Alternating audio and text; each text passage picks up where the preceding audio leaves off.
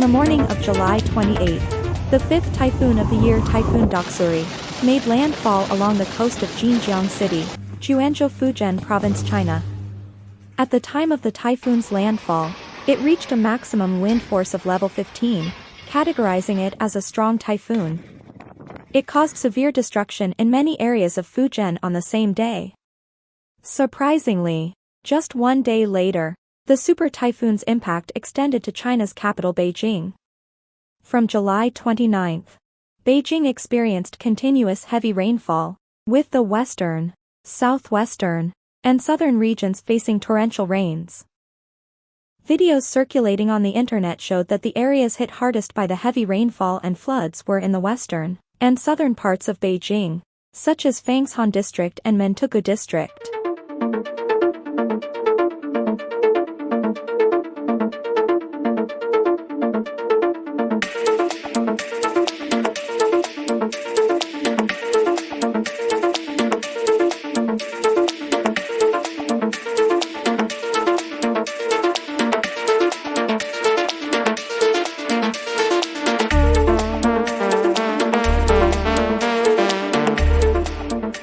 Ms. Xia, who lives in Jinjiang Mentuku District, Beijing, stated that heavy rain persisted on the 30th and continued until the 31st. She, along with many others in her area, had been unable to leave their homes for 2 days due to the floodwaters submerging the entire ground floor, including roads and parked vehicles.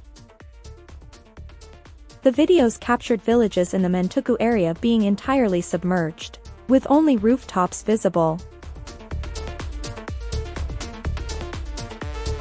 In mountainous regions, flash floods washed away all vehicles parked on roads.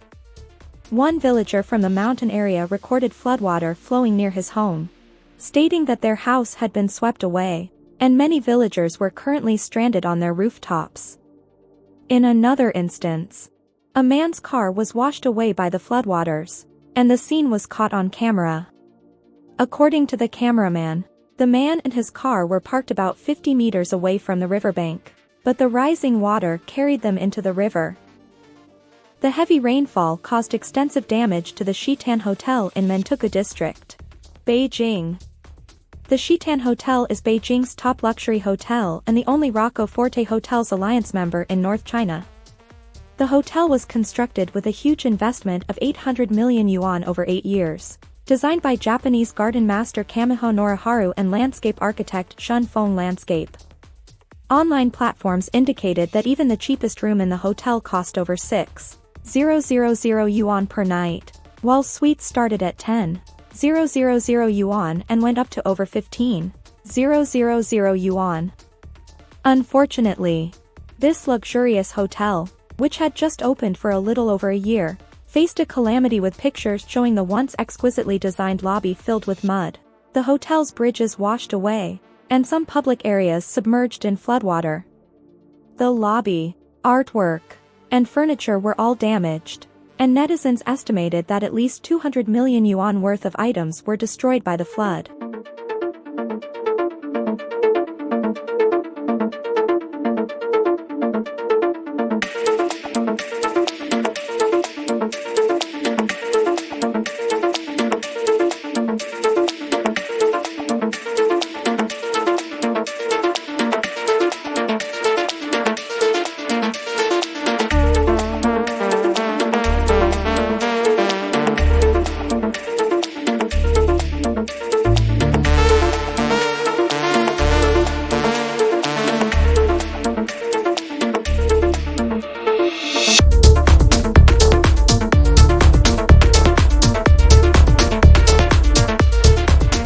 Interestingly, the landing path of Typhoon Doksuri was highly unusual. It made a sharp right-angle turn just north of the Philippines, avoiding Taiwan, and directly hit Fujian, China. This is a rare occurrence since 2000, as over 65% of typhoons landing on China's southeastern coast usually pass through Taiwan first, which reduces their destructive power. However, this time, Typhoon Doksuri directly made landfall in mainland China, causing severe impacts on multiple provinces.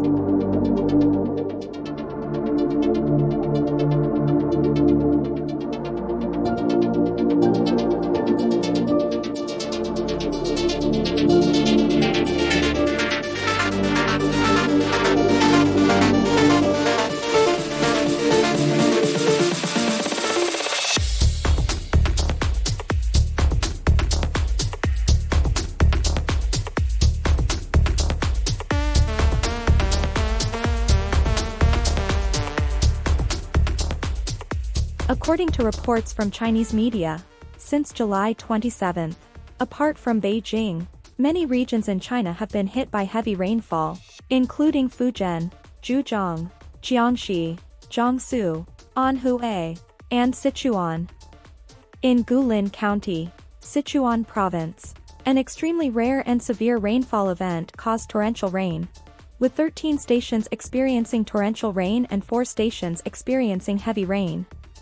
The maximum recorded rainfall at the Jinjiang station in Guilin County reached 201 millimeters, surpassing the historical extreme value of 163.7 millimeters since meteorological records began in 1957.